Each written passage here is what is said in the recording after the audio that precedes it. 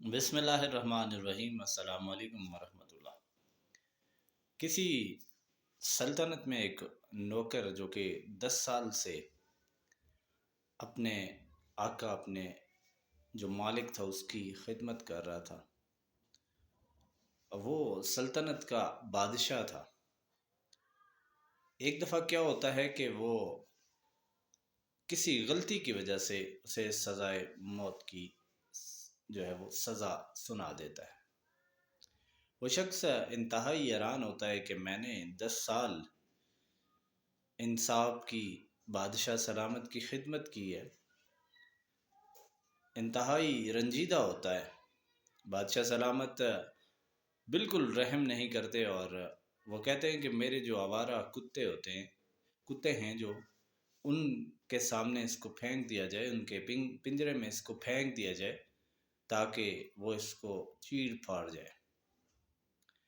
وہ شخص رحم کی اپیل کرتا ہے اور کہتا ہے کہ بادشاہ سلامت، آپ میری سزا معطل نہ کریں، لیکن ایسا کریں کہ میری سزا میں 10 دن کی تاخیر کر دیں۔ بادشاہ سلامت اس بات پہ راضی ہو جاتے ہیں اور کہتے ہیں کہ 10 دن کا ٹائم دیا جائے اس شخص کو۔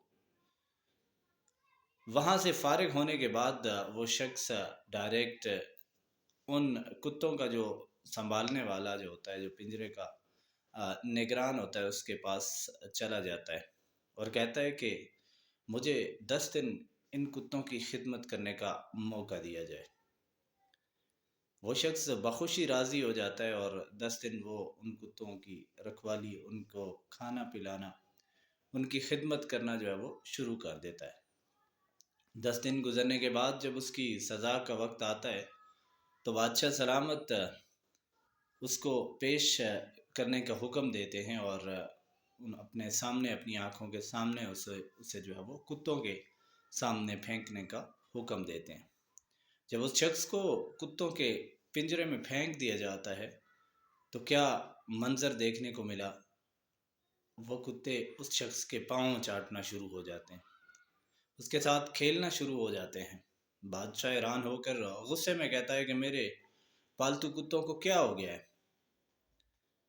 وہ شخص بادشاہ کو مخاطب کر کے کہتا ہے کہ بادشاہ سلامت، میں نے 10 سال آپ کی خدمت کی ہے، لیکن آپ ایک پل میں، ایک غلطی پہ وہ خدمت بھول گئے، لیکن یہ کتے صرف 10 دن کی جو خدمت تھی، 10 دن کی جو ان کا میں نے خیال رکھا تھا، یہ اس کی پاسداری کر رہے ہیں، یہ اس کو وفا کر رہے ہیں، لیکن آپ انسان ہو کر جو ہے وہ آپ نے مجھ پر رحم نہیں کیا اور مجھے سزائے موت سنا دی۔